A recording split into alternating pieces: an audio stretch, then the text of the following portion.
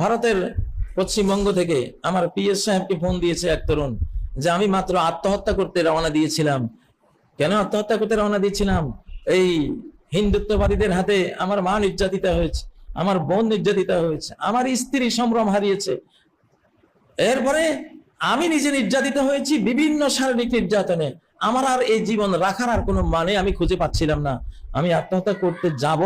ঠিক এই সময় কাজী সাহেবের ইমাম মাহাদির একটা ওয়াজ কে জানি আমাকে দিল। আমি শুনে আমার ভিতরে নতুন একটা জীবনের আমি স্বপ্ন খুঁজে পেলাম। এই দেশে যে ৭১-এর প্রসঙ্গ আসে, কিন্তু ৪৭ কেন এড়িয়ে যান? মানে ৭১ আসলে ভারত আসতে পারে, ৭১ আসলে ভারত আসতে পারে যে আমি সাহায্য করেছি, অমুক তমুক করেছি। আসলে সাহায্য করেন নাই, উনি লা ইলাহা ইল্লাল্লাহকে ডুবিয়েছেন আর নিজের 7 সিস্টার রক্ষা করার চিন্তা করেছেন এইটা। তাহলে আপনি ৭১-কে আনলেন, ৪৭ কেন আনলেন না? কারণ এখানে ৪৭ আনলে হিন্দুত্ববাদের বিদায় ঘটে, বিদায় ঘন্টা বাজে। কারণ ৪৭ তো হয়েছিল হিন্দু জাতি আর মুসলিম জাতি এক দেশে শান্তিতে বসবাস করতে পারে না। এখন কি হচ্ছে? পারছে? এখন কি ভারতে পারছে? আমাদের মুসলিম ভাই বোনদের কি অবস্থা? একটা পাসপোর্ট পর্যন্ত নাই, মাঝে মধ্যে দেখা হয় পরিচয়হীন, পরিচয়হীন, নাগরিকত্ব ক্যান্সেল ও ডিটেনশন, কি না কয় এগুলি, ডিটেনশন একটা ইয়ে বানিয়েছে, ক্যাম্প, ডিটেনশন ক্যাম্পে ওরা কত অবলা অব্যক্ত নির্যাতনে নির্যাতিত হচ্ছে। আজ থেকে বহু বছর আগে আমি যখন ইমাম মাহদির আলোচনা মিডিয়ায় নিয়ে আসি, সেটা কেন নিয়ে এসেছিলাম? আমি দেখতেছিলাম আমার মুসলিম তরুণ ভাইদের মধ্যে হতাশা কাজ করতেছে, চতুর্দিকে শুধু মার খাচ্ছি, ফিলিস্তিনে মার খাচ্ছি, তখন আফগানিস্তানে মার খাচ্ছি, ইরাকে মার খেয়েছি, লিবিয়ায় মার খাচ্ছি, সিরিয়ায় মার খাচ্ছি, শুধু আমাদের কপালে শুধু মারেই। তো নতুন তরুণ প্রজন্ম এটা সইতে পারে না, তারা তো উজ্জীবিত একটা বয়সে এরা থাকে। এখন ওরা হয় হতাশাগ্রস্ত হয়ে আত্মহত্যার দিকে যায়, আর না হয় সন্ত্রাসের দিকে যায়। ডু অর ডাই একটা করে এগুলি শত্রুর মতো যা ভাই একটা কিছু করবো, এরকম একটা অবস্থা তখন দেশে। ওই সময় আমি বহু চিন্তা করে ভাবলাম যে এদেরকে একটা স্বপ্ন দেখাতে হবে, কোন নতুন তরুণ প্রজন্ম ভবিষ্যতের কোন মুক্তির, স্বাধীনতার, উন্নয়নের স্বপ্ন ছাড়া সে বাঁচে না। একটা স্বপ্ন দেখাই তাহলে। এই তখন আমি ইমাম মাহদী নিয়ে শুরু করি যে তোরা একদিন বিশ্ব দখল করবি, তোরা একদিন 7 মহাদেশ শাসন করবি ইনশাআল্লাহ, তোরা একদিন শুধু বাংলাদেশ না ভারতও একদিন আবার মুসলিমরা শাসন করবি। এইভাবে আমি ইমাম মাহদীর প্রসঙ্গ, হযরত ঈসা আলাইহিস সালামের প্রসঙ্গ, কিয়ামতের এই প্রসঙ্গটা নিয়ে আসি। তখন লক্ষ লক্ষ তরুণ বেঁচে গিয়েছে এই ইমাম মাহদীর এই প্রসঙ্গ পেয়ে, আগামী মুক্তির স্বপ্ন অভিলাষ পেয়ে তারা বেঁচে গিয়েছে। এরকমই একটা ঘটনা এখানে ভারতের পশ্চিমবঙ্গ থেকে আমার পিএস সাহেবকে ফোন দিয়েছে এক তরুণ যে আমি মাত্র আত্মহত্যা করতে রওনা দিয়েছিলাম। কেন আত্মহত্যা করতে রওনা দিয়েছিলাম? এই হিন্দুত্ববাদীদের হাতে আমার মা নির্যাতিতা হয়েছে, আমার বোন নির্যাতিতা হয়েছে, আমার স্ত্রী সম্ভ্রম হারিয়েছে, এরপরে আমি নিজে নির্যাতিত হয়েছি বিভিন্ন শারীরিক নির্যাতনে। আমার আর এই জীবন রাখার আর কোনো মানে আমি খুঁজে পাচ্ছিলাম না, আমি আত্মহত্যা করতে যাব। ঠিক এই সময় কাজী সাহেবের ইমাম মাহদির একটা ওয়াজ কে জানি আমাকে দিল। আমি শুনে আমার ভিতরে নতুন একটা জীবনের আমি স্বপ্ন খুঁজে পেলাম।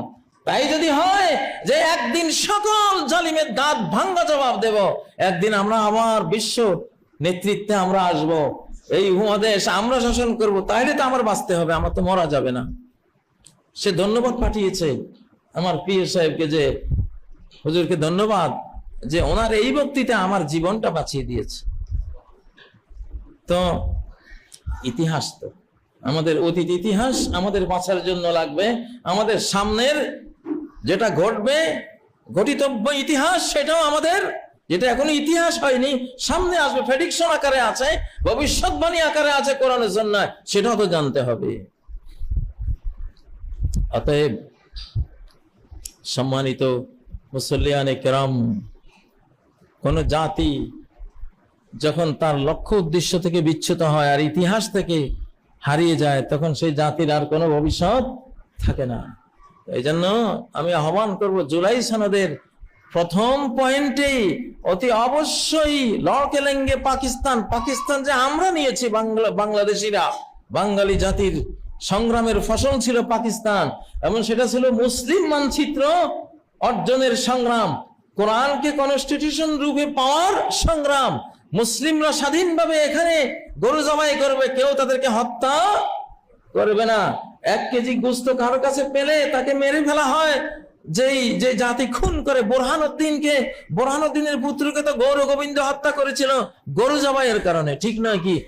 আমাদের ধর্মে তো গরু হালাল, গরু ওরাও খায়, কিন্তু ওদের চরমপন্থীরা এটা অন্যায় করে এই জুলুমটা আমাদের উপর করে। তো পৃথিবীতে জীবন মরণের এই লীলা রব্বুল আলামিনই তো দিয়েছেন, ঠিক নয় কি? তো আমরা তো আমাদের স্বাধীন এবং মুক্তভাবে আমাদের ধর্ম পালনের জন্য মানচিত্র নিয়েছিলাম। এই ইতিহাসটা জুলাই সনদে উল্লেখ না থাকলে জুলাই সনদটা ভারতের পক্ষে চলে যাবে। আপনি পাকিস্তানি শোষণের কথা গাইলেন, কিন্তু সেখানে যে হিন্দুত্ববাদীদের শোষণের শিকার হয়ে দ্বিজাতি তত্ত্বের ভিত্তিতে একটা রাষ্ট্র নির্মাণ করলাম, সেই ইতিহাসটা কেন গাইলেন না? কার ইশারায় গাইলেন না আমরা জানি, আমরা বুঝি। অতএব এটা সংশোধনী দিতে হবে ইনশাআল্লাহ। আজকের খুতবার এই জন্য বিষয়বস্তু প্রথম এটাই যে দ্বিজাতি তত্ত্ব সঠিক, এবং দ্বিজাতি তত্ত্বের কারণেই আজ পর্যন্ত আমরা নির্যাতিত হয়েছি, হয়ে চলেছি, এখনো হয়ে চলেছি। দ্বিজাতি তত্ত্বের সেই শিরকি তত্ত্বের যারা পালনকারী লালনকারী তারাই আমাদের ইফতার অনুষ্ঠান পর্যন্ত আমাদের কেড়ে নিয়েছিল।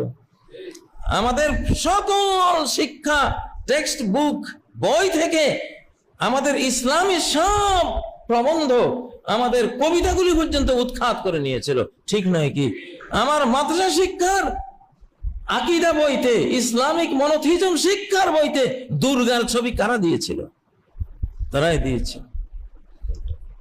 আজকে অনেকে ভয়ে ভয়ে পূজার পক্ষে অনেক কথা বলেন। জি না, পূজার পক্ষে আপনি বলতে পারেন না। আপনি মুসলিম, আপনি যাবেন উপরের দিকে পূজা করে, পূজারি যাবেন নিচের দিকে, তা আপনি তার পক্ষে গেলে আপনিও নিচের দিকে যাবেন। আপনিও কি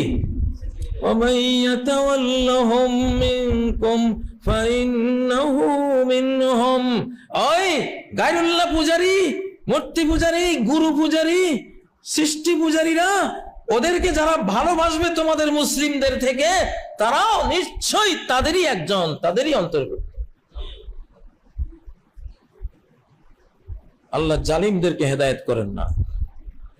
লা ইয়াত্তাখিযিল মুমিনুনাল কাফিরিনা আউলিয়া, সূরা আল ইমরানের 27 নম্বর আয়াত।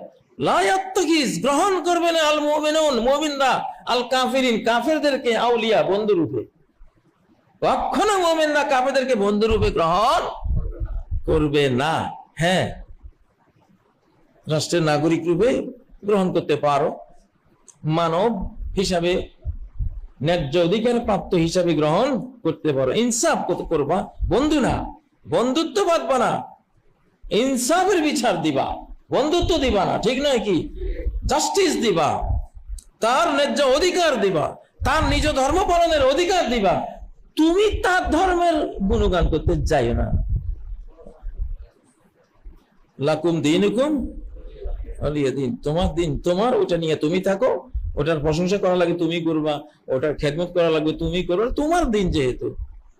ওয়ালিয়া দিন, আমার দিন আমার, আমি আমার এই হৃদয়ের কলিজার টুকরা, আমার বিশ্বাস, আমার চেতনা, আমার আল্লাহর প্রশংসার জায়গায় আমি তোমার মূর্তির কোনো প্রশংসা দিতে পারি না, এটা দেব না।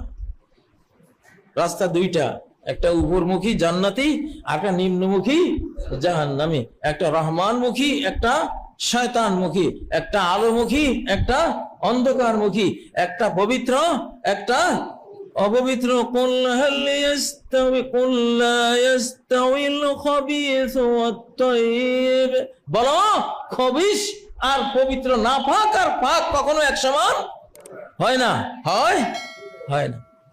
অতএব এই দ্বৈতটা বহাল রাখবা তোমার আচরণে, চলনে, বলনে। না হলে কেন তুমি জান্নাতে যাইবা? কি কারণে আল্লাহ তোমারে জান্নাত দিবেন?